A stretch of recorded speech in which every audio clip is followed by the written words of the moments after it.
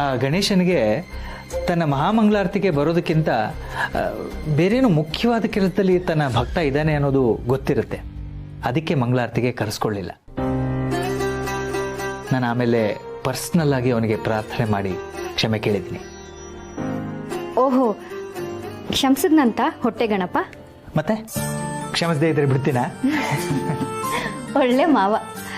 ನೀವು ಮಂಗಳಾರತಿಗೆ ಬರ್ದೇ ಇರೋದನ್ನ ನೋಡಿ ದತ್ತ ತಾತ ಏನೋ ಮುಖ್ಯವಾದ ವಿಷಯ ಮಾತಾಡಕ್ ಬಂದಿರ್ತಾರೆ, ನೀವು ಟೆನ್ಷನ್ ಅಲ್ಲಿ ಇರ್ತೀರಾ ಅನ್ಕೊಂಡೆ. ಈಗ ನಿಮ್ಮನ್ನ ನೋಡಿ ಸಮಾಧಾನ ಆಯ್ತು. ವಿಷಯ ಮುಖ್ಯವಾದದ್ದೇ ಪೂರ್ಣಿ. ಹಿರಿಯರು ಅವ್ರ ಮನೆಗೆ ಬಂದು ಮುಖ್ಯವಾದ ವಿಷಯ ಮಾತಾಡ್ತಾ ಇದ್ದಾಗ ಹೇಗೆ ಅರ್ಧಕ್ಕೆ ನಿಲ್ಲಿಸಿ ಬರಲಿ ಹೇಳು? ನನ್ನ ಅವರ ಮಧ್ಯೆ ಇಂಥ ವಿಷಯಕ್ಕೆ ಮಾತುಕತೆ ಆಗುತ್ತೆ ಅಂತ ನಾನು ಯಾವತ್ತೂ ಅಂದ್ಕೊಂಡಿರಲಿಲ್ಲ. ಆದರೆ ಒಂದೇ ಒಂದು ಸಮಾಧಾನ ಅಂದರೆ ದತ್ತ ಅವರು ತಮ್ಮ ಮನಸ್ಸಿಗೆ ಅನಿಸಿದ್ದನ್ನು ನೇರವಾಗಿ ಮನೆಗೆ ಬಂದು ಮಾತಾಡಿತು. ಸುಮ್ಮನೆ ಅವರೇನೋ ಕಲ್ಪನೆ ಮಾಡ್ಕೊಂಡಿರೋದಕ್ಕಿಂತ ಇದು ಒಳ್ಳೆಯದು ಅನ್ನಿಸ್ತು. ಟೆನ್ಷನ್ ಮಾಡ್ಕೊಳ್ಳೋದೇನೂ ಇಲ್ಲ. Don't worry. ಸದ್ಯ ಕೊನೆಗೂ ಈ ಮನೆಗೆ ಸ್ವಲ್ಪ ಖುಷಿ ವಾಪಸ್ ಬರ್ತಿದೆ ಅಂತ ಅನ್ನಿಸ್ತಿದೆ. ಮತ್ತಿನ್ನೇನೋ ಆಗಿ ವಿಘ್ನ ಬರ್ದಿದ್ರೆ ಅಷ್ಟೇ ಸಾಕು.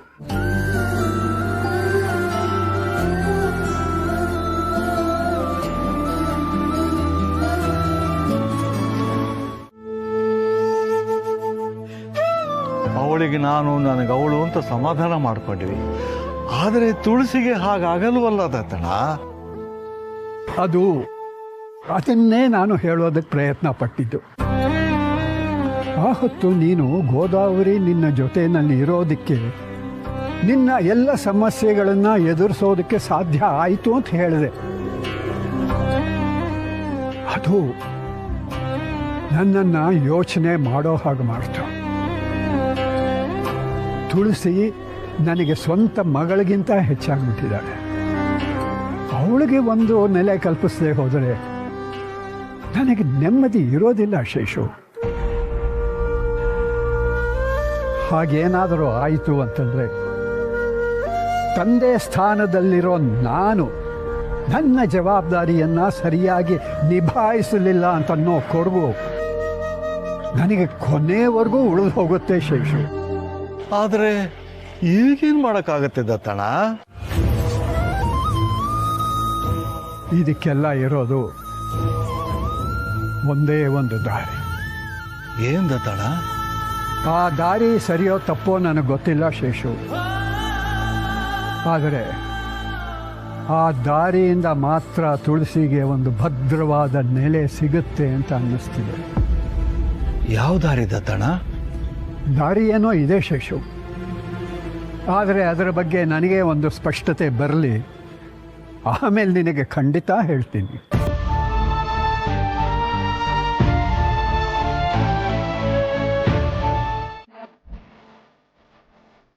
ಸಿರಿಗಿನ್ನೂ ಹುಡುಗ ಬುದ್ಧಿ. ಅವಳು ವಯಸ್ಸಿನ ಗೆಳತಿರ ಹತ್ರ ಕೇಳೋ ಥರನೇ ಕೇಳ್ಬಿಟ್ಟಿದ್ದಾಳೆ. ಅವಳಿಗೆ ನಾನು ಹೇಗೆ ಅಂತ ಗೊತ್ತು, ಮಾಧವ್ ಅವ್ರ ಬಗ್ಗೆನೂ ಗೊತ್ತು. ಅದು ಅಲ್ಲದೆ ಮಾಧವ್ ಅವ್ರಿಗಾಗ್ಲಿ ನನಗಾಗ್ಲಿ ಆ ಥರ ಭಾವನೆ ಇಲ್ಲ ಅಂದಮೇಲೆ ನಾನು ಯಾಕೆ ಇದ್ರ ಬಗ್ಗೆ ಯೋಚಿಸ್ಲಿ? ಮಾಧವ್ ಅವರು ಇವತ್ತು ಕೆಫೆಗೆ ಬೇರೆ ಬಂದಿಲ್ಲ.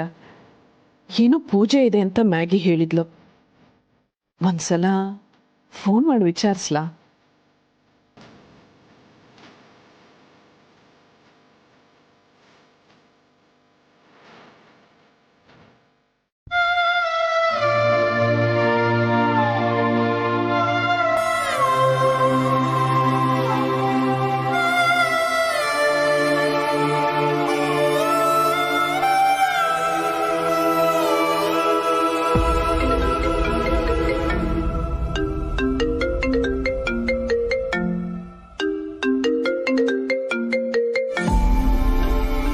ದತ್ತ ಹತ್ರ ಮನಸ್ಸಲ್ಲಿರೋದನ್ನೆಲ್ಲ ಹೇಳಿದೆ.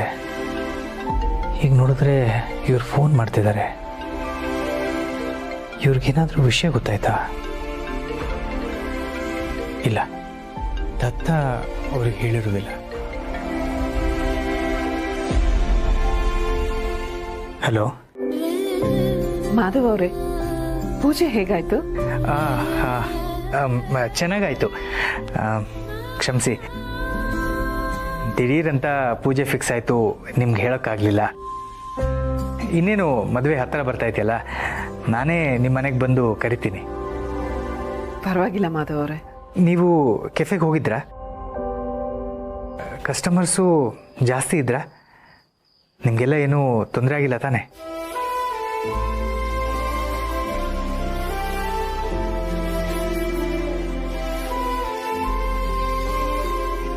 ತುಳಸಿಯವರೇ, ಯಾಕೆ ಸುಮ್ಮನಾದ್ರಿ? ನಾನು ಇಲ್ದಿರುವಾಗ ಏನಾದರೂ ಸಮಸ್ಯೆ ಆಯ್ತಾ? ಯಾರಾದರೂ ಏನಾದರೂ ಅಂದ್ರ? ಇಲ್ಲ ಮಾಧವ್ ಅವರೇ, ಹಾಗೆಲ್ಲ ಏನೂ ಆಗಲಿಲ್ಲ. ಮತ್ತೆ ಯಾಕೆ ಸುಮ್ಮನಾದ್ರಿ? ಅದು ಪರವಾಗಿಲ್ಲ, ಹೇಳಿ ತುಳಸಿಯವರೇ. ಫ್ರೆಂಡ್ಸ್ ಮಧ್ಯೆ ಮುಚ್ಚಿಡುವಂಥದ್ದು ಏನು ಇರಬಾರ್ದು ಅಂತ ನೀವೇ ಹೇಳ್ತಿರಲ್ಲ, ಹೇಳಿ, ಪರವಾಗಿಲ್ಲ.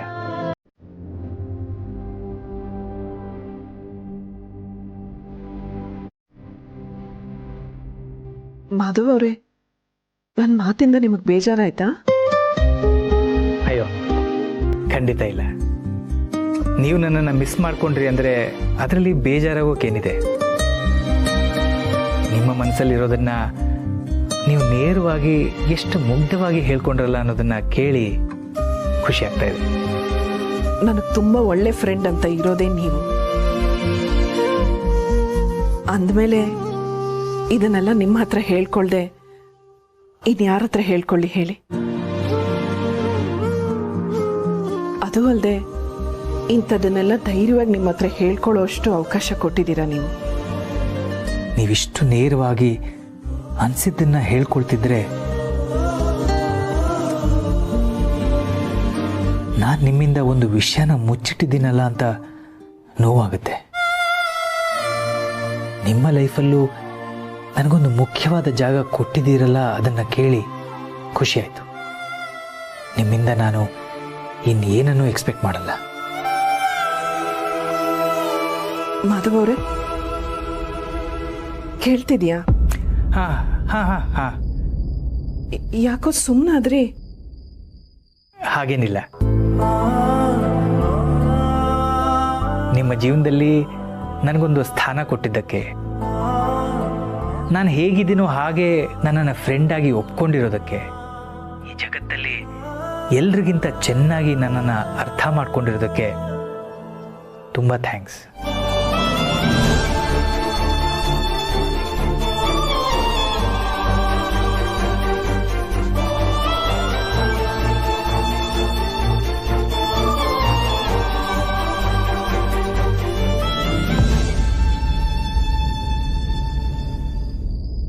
ಮಾಧವ್ ಅವರೇ, ಮಾವ ಬಂದ್ರು ಅನ್ಸತ್ತೆ. ನಾಳೆ ಕೆಫೆಗೆ ಬರ್ತೀನಲ್ಲ, ಅಲ್ಲೇ ಸಿಗೋಣ. ಸರಿ ತುಳಸಿಯವರೇ, ಶುಭರಾತ್ರಿ. ಶುಭರಾತ್ರಿ.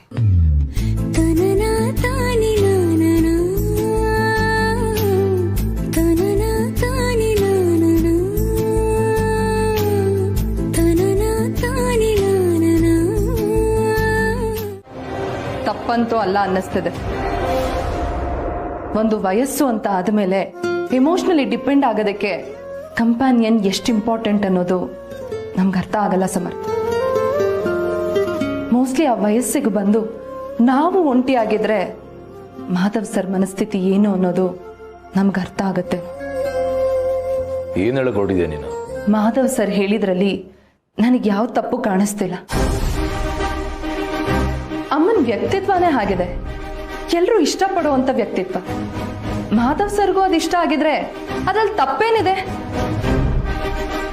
ಅಷ್ಟೇ ಅಲ್ಲ, ಅಮ್ಮನ ಅಷ್ಟು ಚೆನ್ನಾಗಿ ಅರ್ಥ ಮಾಡ್ಕೊಳ್ಳೋ ಮಾಧವ್ ಸರ್ ಬಗ್ಗೆ ಅಮ್ಮಂಗೂ ಅಂಥದ್ದೇ ಭಾವನೆ ಬಂದ್ರೆ ಅದರಲ್ಲೂ ತಪ್ಪೇನಿದೆ? ಮುಂದೊಂದಿನ ಅವರಿಬ್ರು ಮದುವೆನೇ ಆಗ್ಬೋದು, ಅದ್ರಲ್ಲೇನಿದೆ ತಪ್ಪು?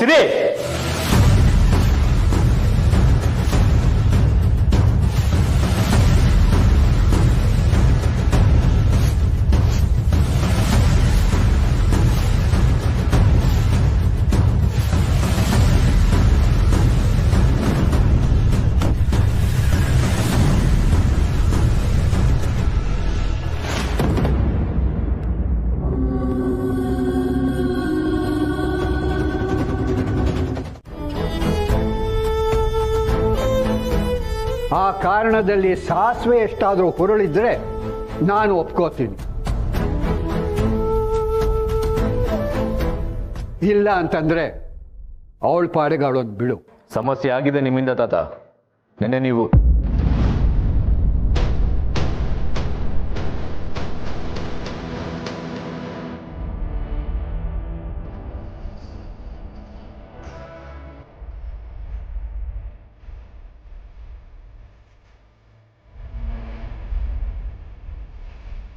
ಆಯ್ತು, ಇವತ್ತು ನಾನು ರಜಾ ತಗೋತೀನಿ ಪಾಪು.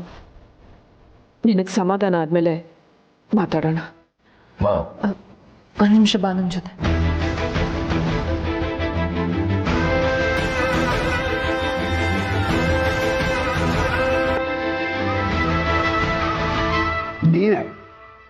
ನೀನೇ ಅವನನ್ನ ತಲೆ ಮೇಲೆ ಕೂಡಿಸ್ಕೊಂಡಿರೋದು. ಇವತ್ತು ನನಗೆ ಮುಖ್ಯವಾದ ಕೆಲಸ ಇದೆ. ಇಲ್ಲದೆ ಹೋಗಿದ್ರೆ ಇಲ್ಲೇ ಇವತ್ತೇ ಇದನ್ನೆಲ್ಲ ಬಗೆಹರಿಸ್ತಿದ್ದೆ.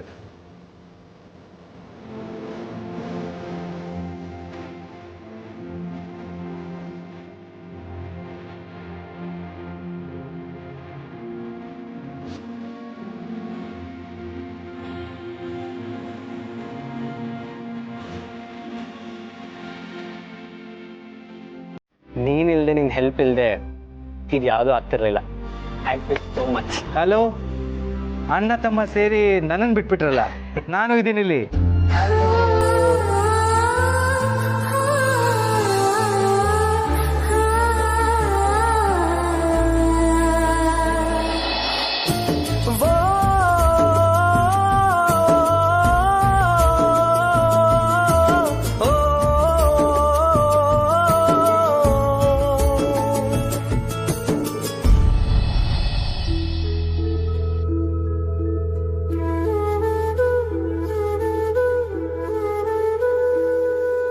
ಪಾಪು ಯಾಕೆ ಹಾಗೆ ಹೇಳಿದ್ನೋ? ಹೇಗೂ ರಜಾ ಹಾಕಿದ್ದೀನಿ, ನಾಳೆ ಅಷ್ಟರಲ್ಲಿ ಅವನ ಮನಸ್ಸು ಸರಿ ಹೋಗ್ಬೋದು. ಯಾವುದಕ್ಕೂ ಮಾಧವ್ ಅವ್ರಿಗೆ ಮೆಸೇಜ್ ಮಾಡಿ ಇವತ್ತು ರಜಾ ಬೇಕು ಅಂತ ಹೇಳ್ಬಿಡೋಣ. ಇವತ್ತೇನೇನು ಮಾಡಬೇಕು ಅಂತೆಲ್ಲ ಮ್ಯಾಗಿ ಕೈಯಲ್ಲಿ ಚೀಟಿ ಕೊಟ್ಟು ಬಂದಿದ್ದೀನಿ. ಹೇಗೂ ಕಷ್ಟ ಆಗಲ್ಲ ಅನ್ಸುತ್ತೆ.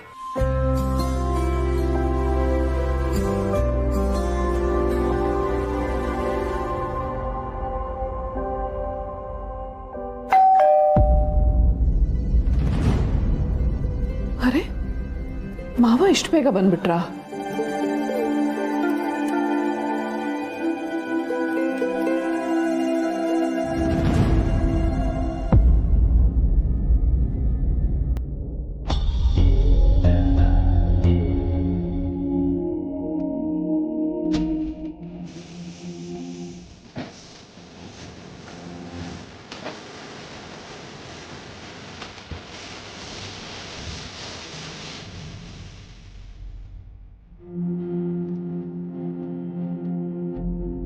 ಫೋಟೋದಲ್ಲಿ ಕಾಣೋದಕ್ಕಿಂತ ಚೆನ್ನಾಗಿದ್ದೀರಾ.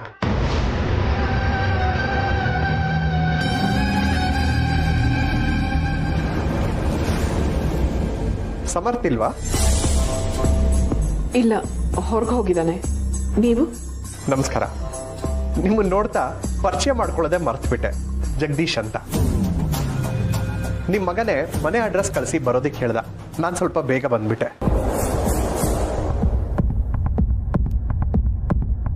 ಒಳಗಡೆ ಬಂದು ಕೂತ್ಕೋಬೋದಾ?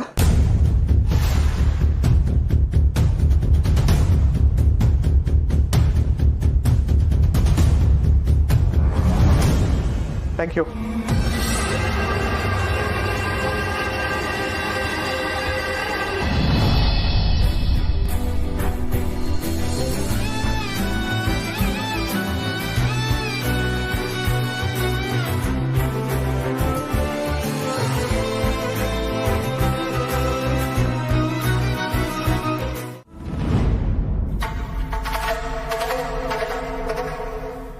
Can I?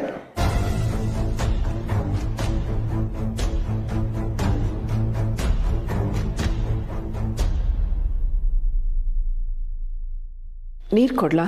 Yeah, sure.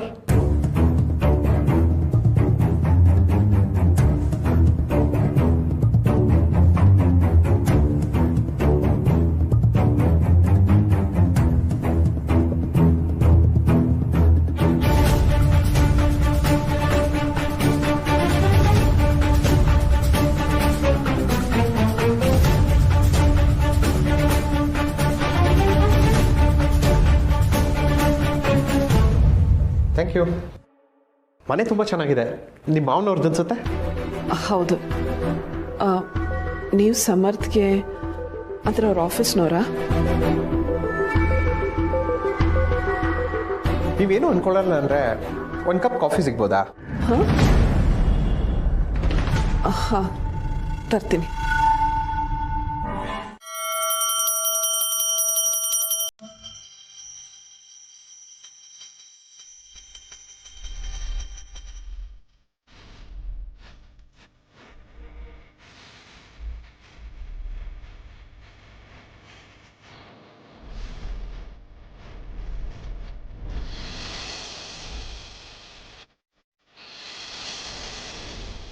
ಸ್ವಂತ ಮಕ್ಕಳೇ ಅವಳ ಮನಸ್ಸನ್ನು ಅರ್ಥ ಮಾಡಿಕೊಳ್ಳದೆ ಪ್ರಶ್ನೆ ಮಾಡೋವಾಗ ಸಮಾಜ ಅವಳನ್ನು ಪ್ರಶ್ನೆ ಮಾಡದೇ ಇರುತ್ತಾ? ಅದನ್ನೆಲ್ಲ ತುಳಸಿ ಹೇಗೆ ಎದುರಿಸ್ತಾಳೆ? ಇನ್ನೊಂದು ದಾರಿನೂ ತುಳಸಿಗೆ ಸುಲಭವಾದ್ದೇನಲ್ಲ. ಅಲ್ಲಿ ಇಲ್ಲಿಗಿಂತ ಹೆಚ್ಚು ಕಲ್ಲು ಮುಳ್ಳು ಇದ್ದೇ ಇರುತ್ತೆ. ಆದರೆ ಕಲ್ಲು ಮುಳ್ಳಿನ ದಾರಿನಾದ್ರೂ ಜೊತೆಗೆ ಹೆಜ್ಜೆ ಹಾಕೋದಕ್ಕೆ ಯಾರಾದರೂ ಇರಬೇಕಲ್ವಾ? ಇಷ್ಟು ವರ್ಷ ನಾನು ನಂಬಿಕೊಂಡು ಬಂದಿದ್ದ ಕಟ್ಪಾಡಿಗೆ ಜೋತ್ ಬಿದ್ದು ಮೊದಲನೇ ದಾರಿನೇ ತುಳಿಲ್ಲ, ಅಥವಾ ನನ್ನ ಮಗಳು ತುಳಸಿಗೋಸ್ಕರ ಎರಡನೇ ದಾರಿ ತುಳಿಲ್ಲ? ಈ ಪ್ರಶ್ನೆಗೆ ನೀನೇ ಉತ್ತರ ಹೇಳಬೇಕು ತಂದೆ.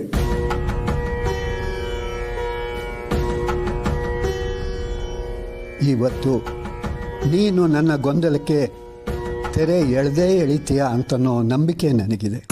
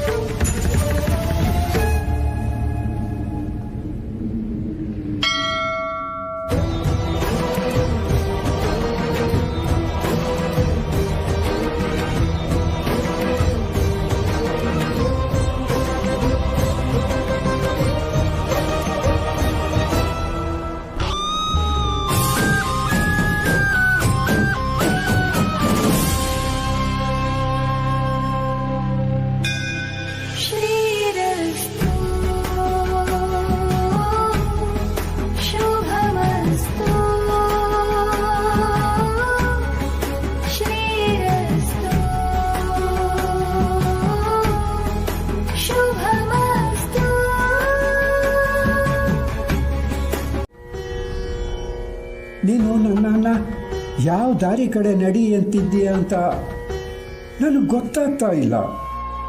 ನೀನು ಅದನ್ನು ಸ್ಪಷ್ಟವಾಗಿ ಹೇಳಿಬಿಟ್ರೆ ನನ್ನ ಗೊಂದಲಕ್ಕೂ ಉತ್ತರ ಸಿಗುತ್ತೆ ದೇವ್ರೆ. ದತ್ತ,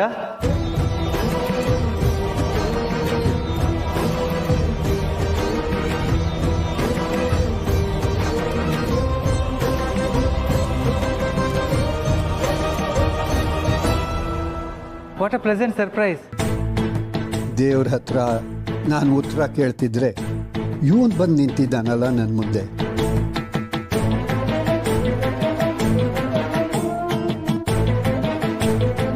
ಏನು ಯೋಚಿಸ್ತಿದ್ದೀರಾ? ದೇವಸ್ಥಾನಕ್ಕೆ ಬಂದಿದ್ದೀರಾ? ಇಲ್ಲ ಇಲ್ಲ, ಫಸ್ಟ್ ಶೋ ಮುಗಿಸ್ಕೊಂಡು ಸೆಕೆಂಡ್ ಶೋಗೆ ಟಿಕೆಟ್ ತಗೊಳ್ಳೋಣ ಅಂತ ನಿಂತಿದ್ದೀನಿ.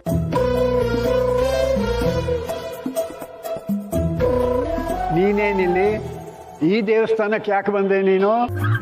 ಅಪರೂಪಕ್ಕೆ ಒಂದೊಂದ್ಸಲಿ ಬರ್ತಾ ಇರ್ತೀನಿ. ಇವತ್ತು ಕೆಫೆಗೆ ಹೋಗ್ತಾ ಇದ್ದೆ, ಯಾಕೋ ಇಲ್ಲಿಗೆ ಬರಬೇಕು ಅಂತ ಕಾಲು ಈ ಕಡೆ ಎಳೀತು, ಬಂದೆ. ಮಗನ ಮದುವೆ ಬಂತಲ್ಲ, ಅವನ ಹೆಸರಲ್ಲಿ ಒಂದು ಅರ್ಚನೆ ಮಾಡಿಸೋಣ ಅಂತ ಬಂದೆ. ನೀವೇನಿಲ್ಲಿ? ನೀವು ಯಾವಾಗಲೂ ಈ ದೇವಸ್ಥಾನಕ್ಕೆ ಬರ್ತಾ ಇರ್ತೀರಾ? ಇಲ್ಲ ಇಲ್ಲ, ಯಾವಾಗಲಾದರೂ ಒಂದೊಂದು ಸಲ ಅಷ್ಟೇ. ಯಾಕೋ ಇವತ್ತು ಮನಸ್ಸಲ್ಲಿ ಸ್ವಲ್ಪ ಗೊಂದಲ ಇತ್ತು, ಅದಕ್ಕೆ ದೇವರ ಹತ್ರ ಉತ್ತರ ಕೇಳೋಣ ಅಂತ ಬಂದೆ. ಉತ್ತರ ಸಿಗ್ತದತ್ತ? ದೇವರೇನ ಉತ್ತರ ಕೊಟ್ಟ, ಆದರೆ ಆ ಉತ್ತರ ಏನು ಅಂತ ನಾನು ಅರ್ಥ ಮಾಡ್ಕೋಬೇಕು ಅಷ್ಟೆ. ಸರಿ, ನನಗೆ ಸ್ವಲ್ಪ ಕೆಲಸ ಇದೆ, ನಾನು ಬರ್ತೀನಿ. ಆಯ್ತು ದತ್ತ, ನೀವು ಅನ್ಕೊಂಡಿದ್ದೆಲ್ಲ ಸುಸೂತ್ರವಾಗಿ ಆಗಲಿ.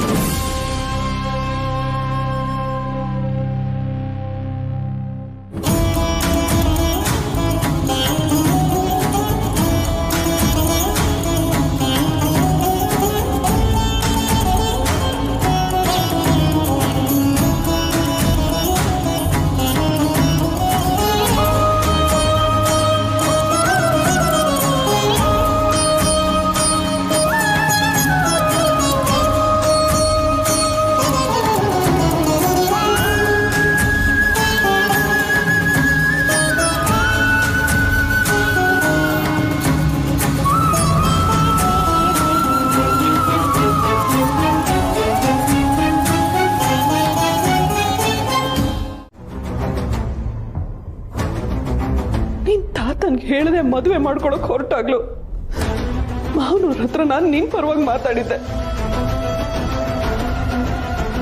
ಅವತ್ ನನಗೆ ಆಕ್ಸಿಡೆಂಟ್ ಆದ ದಿನ ನೀನ್ ನನ್ನ ಹತ್ರ ಹಾಗೆ ಮಾತಾಡ್ದಾಗ್ಲು ನನ್ನ ಮಗ ನನ್ನ ಹತ್ರ ಹಾಗೆ ಮಾತಾಡ್ದ ಅಂತ ನಾನು ಬೇಜಾರು ಮಾಡ್ಕೊಳ್ಳಿಲ್ಲ. ನನ್ನ ಮಗನ್ ಬೇಜಾರಿಗೆ ಕಾರಣ ಆಗ್ಬಿಟ್ನಲ್ಲ ಅನ್ನೋ ನೋವಲ್ಲಿ ನನ್ನ ಮನೆಯಿಂದ ಆಚೆ ಹೋಗಿದ್ದೆ.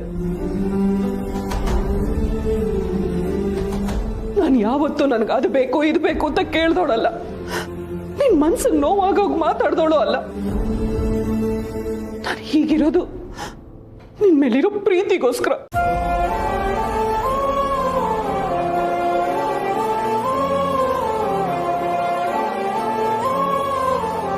ಹಾಗಂತ ಪ್ರೀತಿ ಇದೆ ಅಂದ ಮಾತ್ರಕ್ಕೆ ನನ್ನ ವಿಷಯದಲ್ಲಿ ನೀನು ಏನೇ ನಿರ್ಧಾರ ತಗೊಂಡ್ರು ನಾನು ಒಪ್ಕೋತೀನಿ ಅಂತ ಹೇಗೆ ಅನ್ಕೊಂಡೆ ನೀನು?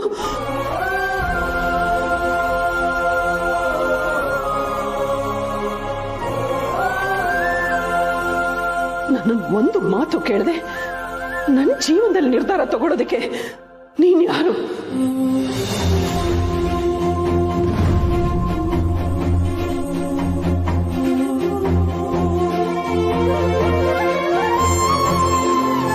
ಒಂದು ಮಾತು ನೆನ್ಪಿಟ್ಕೋ, ನಾನು ಎಷ್ಟೇ ಮೃದು ಸ್ವಭಾವದವಳು ಇರ್ಬೋದು, ಹಾಗಂತ ಇಂಥ ವಿಷಯಕ್ಕೆ ಬಂದಾಗ್ಲೂ ನಾನು ಸಹಿಸ್ಕೊಂಡಿರ್ತೀನಿ ಅನ್ಕೊಂಡ್ರೆ ಅದು ನಿನ್ ತಪ್ಪು. ಇನ್ನೊಂದಿನ ಈ ಥರ ಯಾರನ್ನಾದ್ರೂ ಮನೆಗೆ ಕರ್ಸೋದು ಅಥವಾ ನನ್ನ ಮಾಧವ್ ಅವ್ರ ಬಗ್ಗೆ ಕೆಟ್ಟದಾಗ ಮಾತಾಡೋದನ್ನೇನಾದ್ರೂ ನನ್ನ ಕಿವಿಗೆ ಬಿದ್ರೆ ಆಗ್ಲೂ ನಾನು ಸುಮ್ಮನೆ ಹೀಗೆ ನಿಂತ್ಕೊಂಡು ಬುದ್ಧಿ ಹೇಳ್ತಿರಲ್ಲ.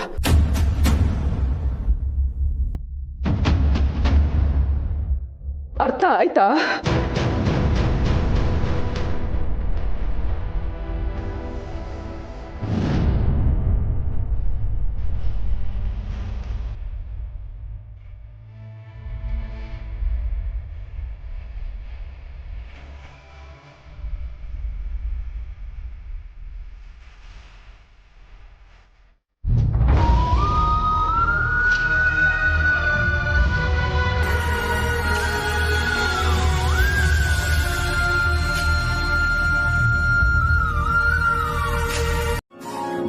ಇಷ್ಟೆಲ್ಲ ಮದುವೆ ಅಪ್ಡೇಟ್ಸ್ ಭಾವ. ಇನ್ನೇನು ಹತ್ತಿರದವರಿಗೆ ಮದುವೆ ಇನ್ವಿಟೇಷನ್ ಕೊಡೋದೊಂದು ಬಾಕಿ. ಗುಡ್. ನೀನು ವಹಿಸ್ಕೊಂಡ್ಮೇಲೆ ಎಲ್ಲ ಪರ್ಫೆಕ್ಟಾಗೆ ಮಾಡಿರ್ತೀಯ ಅಂತ ಗೊತ್ತು ಶಾರ್ವರಿಗೆ. ನೀನು ಹೀಗೆ ಬಂದು ಅಪ್ಡೇಟ್ಸ್ ಕೊಡೋದು ಬೇಕಿರಲಿಲ್ಲ, ಆದರೂ ಬಂದು ಹೇಳ್ತಿದ್ಯಾ ನೋಡು, ಥ್ಯಾಂಕ್ಸ್. ನೀವು ಮನೆಗೆ ದೊಡ್ಡವರು ಭಾವ, ನಿಮ್ಗೆಲ್ಲ ವಿಷಯ ತಿಳಿದಿರಲಿ ಅನ್ನೋದೇ ನನ್ನ ಉದ್ದೇಶ. ಇತ್ತೀಚೆಗೆ ನಿಮ್ಮ ಲೈಫಲ್ಲಿ ಏನೇನೋ ಇನ್ಸಿಡೆಂಟ್ಗಳು ನಡೆದು ನೀವು ತುಂಬ ಡಿಸ್ಟರ್ಬ್ ಆಗಿದ್ದೀರ. ನಿಮ್ಮ ಮನಸ್ಸಲ್ಲಿ ಎಷ್ಟೋ ಕೊರಗಿರುತ್ತೆ, ನೀವದನ್ನು ಯಾರ ಹತ್ರನೂ ಹೇಳ್ಕೊಳ್ಳಲ್ಲ ಅಂತ ನನಗೆ ಗೊತ್ತು ಭಾವ. ನಿಮ್ಮ ತಮ್ಮನ ಹತ್ರ ಹೇಳ್ಕೊಳ್ತೀರ, ಆದರೆ ಅದರಿಂದ ಯಾವ ಸಮಾಧಾನನೂ ಸಿಗಲ್ಲ ಅಂತ ನನಗೆ ಗೊತ್ತು. ಈಗ ನಿಮ್ಮ ಮಗನ ಮದುವೆ ಹತ್ರ ಬರ್ತಿದೆ, ಮನಸ್ಸಲ್ಲಿ ಯಾವುದೇ ಕೊರಗನ್ನ ಇಟ್ಕೋಬೇಡಿ. ನಿಮ್ಮ ಮನಸ್ಸಲ್ಲಿ ಏನಿದೆಯೋ ನನ್ನ ಹತ್ರ ಹೇಳ್ಕೊಳ್ಳಿ ಭಾವ, ನಿಮ್ಮ ಮನಸ್ಸು ಹಗರ ಆಗುತ್ತೆ. ಥ್ಯಾಂಕ್ಸ್ ಶಾರ್ವರಿ. ಪಾಪ ನೀನು ಈಗಾಗಲೇ ಮನೆಗೋಸ್ಕರ ಎಷ್ಟೆಲ್ಲ ಮಾಡಿದ್ಯಾ, ನಿನ್ನ ಮೇಲೆ ಇನ್ನೂ ಭಾರ ಹಾಕೋಕೆ ಖಂಡಿತ ನನ್ನ ಮನಸ್ಸೊಪ್ಪೋದಿಲ್ಲ. ಮಹೇಶ ರೆಸ್ಪಾಂಡ್ ಮಾಡದೇ ಇದ್ದರೂ ಅವನ ಹತ್ರ ಹೇಳ್ಕೊಂಡ್ರೆ ಮನಸ್ಸಿಗೆ ಏನೋ ಒಂಥರ ಸಮಾಧಾನ. ಜೊತೆಗೆ ನನಗೀಗ ಒಬ್ಬರು ಫ್ರೆಂಡ್ ಅಂತ ಸಿಕ್ಕಿದಾರಲ್ಲ, ಸೊ ಯಾವ ವಿಷಯನೂ ಮನಸ್ಸಲ್ಲಿ ಇಟ್ಕೊಂಡು ಕೊರಗೋದೆಲ್ಲ ಇಲ್ಲ.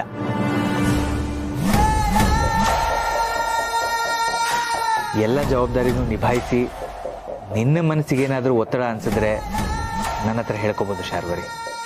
ನನ್ನ ಕೈಲಾದ ಸಹಾಯ ನಾನು ಮಾಡ್ತೀನಿ. ಒಂದು 5 ನಿಮಿಷ ಬಂದೆ.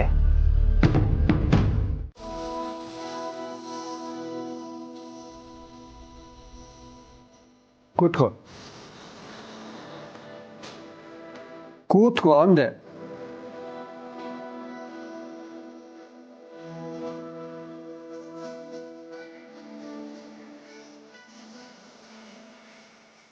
ಕ್ಷಮಿಸಿ ಮಾವ, ಇವತ್ತು ನಿಮ್ಮೆದುರಿಗೆ ಸಮರ್ಥ ಹತ್ರ ನಾನು ಆ ರೀತಿ ಮಾತಾಡಬಾರ್ದಾಗಿತ್ತು. ಇಲ್ಲ, ನನ್ನ ಎದುರಿನಲ್ಲೇ ಅಲ್ಲ, ಬೇರೆ ಯಾರೇ ಎದುರಿನಲ್ಲಾದ್ರೂ ನೀನು ಹಾಗೇ ಮಾತಾಡಬೇಕಾಗಿತ್ತು, ಮಾತಾಡಿದ್ದೀಯ ಕೂಡ. ನಿನ್ನ ಮಗನ ಹತ್ರ ನೀನೊಂದು ಪ್ರಶ್ನೆ ಕೇಳಿದೆ, ನೆನಪಿದೆಯಾ? ನನ್ನ ಜೀವನದ ಬಗ್ಗೆ ನನ್ನೇ ಕೇಳದೆ ನಿರ್ಧಾರ ತಗೊಳ್ಳೋದಕ್ಕೆ ನೀನು ಯಾರು ಅಂತ. ಅದೇ ತಪ್ಪನ್ನು ನಾನು ಮಾಡಬಾರ್ದು ಅಂತ ನೇರವಾಗಿ ಕೇಳ್ತಾ ಇದ್ದೀನಿ. ಯಾವುದೇ ಸಂಕೋಚ ಇಲ್ಲದೆ, ಮುಚ್ಚು ಮರೆ ಇಲ್ಲದೆ ಹೇಳು. ಮಾಧವನ ಬಗ್ಗೆ ನಿನ್ನ ಅಭಿಪ್ರಾಯ ಏನು?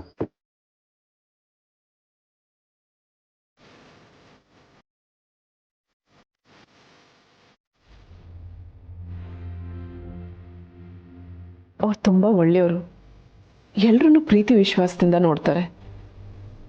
ಬೇರೆಯವರಿಂದ ಏನನ್ನೂ ನಿರೀಕ್ಷೆ ಮಾಡದೆ ಯಾವಾಗಲೂ ಹೇಗೆ ಬೇರೆಯವ್ರಿಗೆ ಖುಷಿ ಕೊಡ್ಬೋದು ಅಂತಲೇ ಯೋಚಿಸ್ತಾ ಇರ್ತಾರೆ. ಮೊದಲಿಂದನೂ ನನಗೆ ಅವ್ರ ಮೇಲೆ ಒಳ್ಳೆ ಅಭಿಪ್ರಾಯನೇ ಇತ್ತು. ಅವ್ರು ಯಾವಾಗ ಗೋದಾವರಿ ಅಮ್ಮ ಶೇಷು ಅಣ್ಣಂಗೆ ಒಂದು ನೆಲೆ ಕೊಟ್ಟರೋ ಆಗ ಅವ್ರ ಮೇಲೆ ಗೌರವ ಇನ್ನೂ ಜಾಸ್ತಿ ಆಯಿತು. ಅವ್ರಿಗೆ ಸಂಬಂಧ ಇಲ್ಲದೆ ಇದ್ರು ಶೇಷು ಅಣ್ಣನ ಬಗ್ಗೆ ಎಷ್ಟು ಕಾಳಜಿ ತೋರಿಸಿದ್ರು. ಜೊತೆಗೆ ನಿಮ್ಗೆ ಹುಷಾರು ತಪ್ಪಿದಾಗ ಎಷ್ಟು ಪ್ರೀತಿಯಿಂದ ನೋಡಿಕೊಂಡ್ರು. ನಾನು ಆಸ್ಪತ್ರೆಯಲ್ಲಿದ್ದಾಗಲೂ ಅಲ್ಲೇ ಇದ್ದು ನನ್ನ ನೋಡಿಕೊಂಡ್ರು. ಏನೇ ಕಷ್ಟ ಬಂದರೂ ಒಳ್ಳೆ ಸ್ನೇಹಿತರಾಗಿ ಜೊತೆಲೇ ನಿಲ್ತಾರೆ. ಸರಿ ಸರಿ, ಒಳ್ಳೆ ಸ್ನೇಹಿತನಾಗಿ ಜೊತೆಗೆ ನಿಲ್ತಾನೆ ಅನ್ನೋದ್ರ ಬಗ್ಗೆ ನಾನು ಕೇಳ್ತಾ ಇಲ್ಲ. ಅವನು ಒಳ್ಳೆ ಮನುಷ್ಯ ಅಂತ ನನಗೂ ಗೊತ್ತು. ನಿನಗೆ ನನಗೆ ಅವನು ಒಳ್ಳೆ ಸ್ನೇಹಿತ